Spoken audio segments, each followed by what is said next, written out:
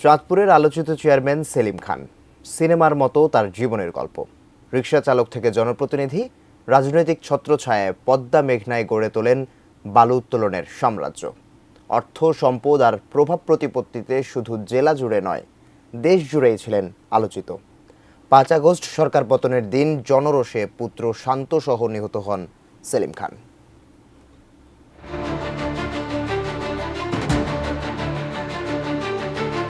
সেলিম খান গল্পের চেয়েও চমকপ্রদ তার উত্থান পর্ব। হতদরিদ্র ঘরে জন্ম, ছিলেন রিকশা চালক।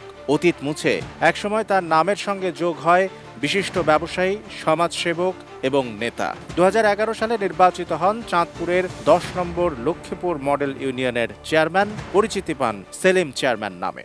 অস্ত্রের ভয় দেখাইয়া, ইয়াবার ভয় দেখাইয়া এইভাবে নিছে, কিলাইছে, মারছে, অনেক অত্যাচার করছে। চেয়ারম্যান হওয়ার পর আর পেছন ফিরে তাকাতে হয়নি তাকে। মেঘনা নদীতে অবৈধ ড্রেজিং আর একচেটিয়া বালু ব্যবসায় তিনি বনে যান শত কোটি টাকার মালিক। জেলার সাবেক মন্ত্রীর ছত্রছায়ায় হয়ে ওঠেন বেপরোয়া। নদীর বালুতে তার একচ্ছত্র দখল। নির্বিচার বালু তোলায় নাম হয়ে যায় বালু খেকো সেলিম চেয়ারম্যান। সানবিট সব দিবে সামাল। সানবিট ম্যাজিক প্রেস ডিশওয়াশিং এর মাথা ঘোরানো সলিউশন। গড়ে ওঠে অর্থবিত্তের বিশাল সাম্রাজ্য। সিনেমায় বিনিয়োগ সূত্রে গ্ল্যামার জগতেও ছড়িয়ে পড়ে তার নাম ডাক। বড় ছেলে শান্ত খানকে বানান সিনেমার নায়ক।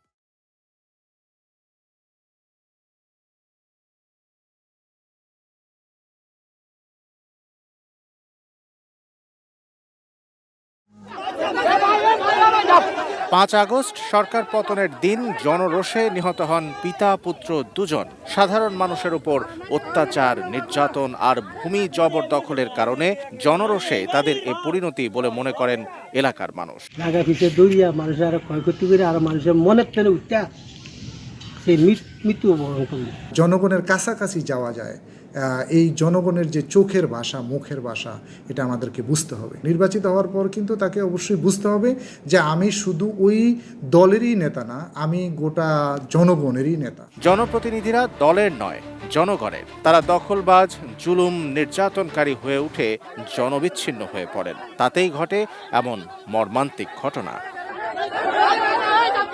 Shamsul Arefin, desk report, ATN news.